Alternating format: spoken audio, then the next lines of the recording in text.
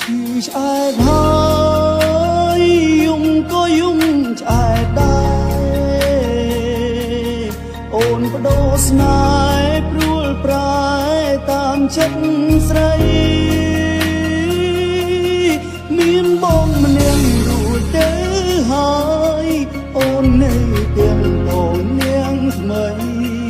គិតថាបងក្មេងបៀមដៃឬយ៉ាងណា